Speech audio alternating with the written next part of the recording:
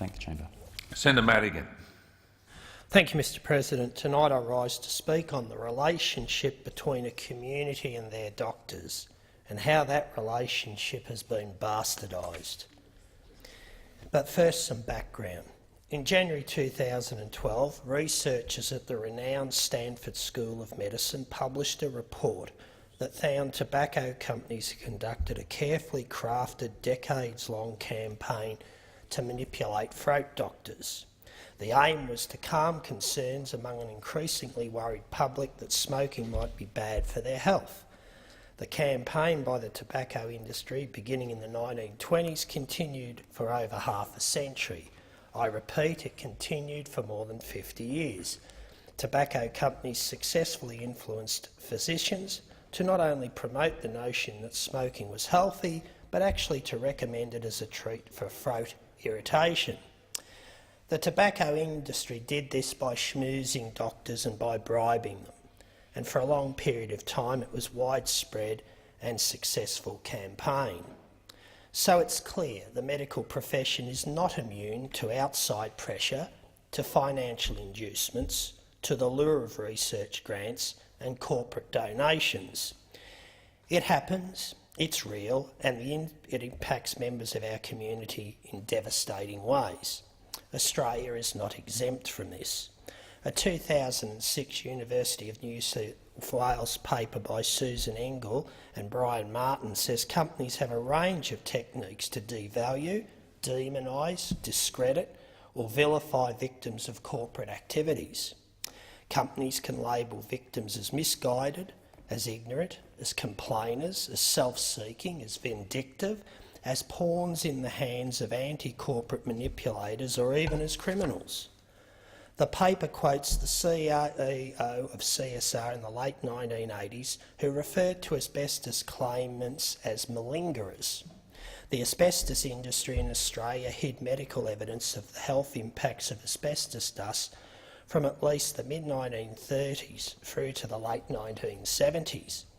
As late as 1976, a pamphlet from James Hardy denied outright any risk to consumers of asbestos products.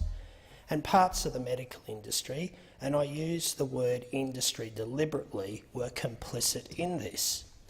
With the benefit of hindsight, Mr President, we look back at such practices, such corruption and venality with appropriate horror. And we hope it would not happen again in this country. But this brings me to a current example of a major Australian company, a household name, that has attempted to influence and intervene in people's relationship with their doctors. I have in my possession a letter written by one of our power generation companies, AGL, a household name in Australia, and for many, a trusted name. In November 2012, AGL wrote to doctors at 12 clinics across Western Victoria about one of its power generation facilities, the Macarthur wind farm.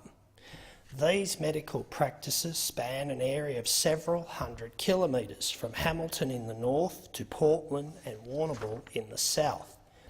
In short, Mr President, the letter aims to discredit and discount any patient visiting any doctor with any claims of ill health brought about by living near the Macarthur wind farm. It is an outrageous and preemptive example of corporate propaganda and was directed straight into the consulting rooms of rural and regional doctors. And it suggested anyone presenting to their doctors with symptoms of wind turbine syndrome should be directed by that doctor to visit the AGL Macarthur Wind Farm website or to ring the Macarthur Wind Farm Community Engagement Team. If a similar letter had come from a coal mine or a coal seam gas company, I'm sure Senator Di Natale and the Greens would be howling selective moral outrage. This letter categorically denies any health impacts from living near wind turbines. This is a blatant lie. It's now on the public record that many residents near Macarthur Wind Farm have experienced serious health effects and repetitive sleep disturbance since the beginning of operation of nearly 15 of the 140 turbines at the beginning of October 2012. Mr President, in 2013, when the turbines had not even been operating for a year, a preliminary health survey was carried out anonymously in the district, and the results were astounding. Around 23 families responded to this survey, indicating around 66 people living out to 8 kilometres were already experiencing detrimental impacts from the turbines. Once again, AGL has totally denied responsibility. It is extraordinary and sobering how so many families have lived in this district happily and healthily for between 30 and 50 years. Suddenly, Mr President, all at the same time, they began experiencing serious health symptoms when the turbines began operation. And it's on the public record that rural and regional communities living near turbines around the world are suffering similar symptoms. In support of its propaganda in this letter to local doctors dated November 13, 2012, AGL quotes an organisation called the Climate and Health Alliance.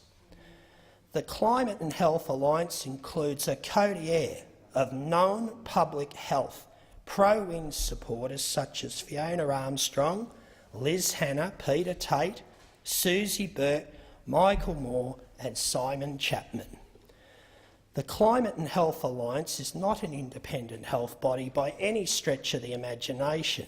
This is a pro-wind health lobby group whose clinical members ignore their professional ethics and the known science. And did this letter from AGL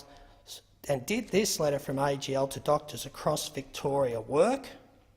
I have in front of me a statement from one local resident, Janet Heverington, who said her doctor's reaction to her symptoms changed remarkably after he received the AGL letter.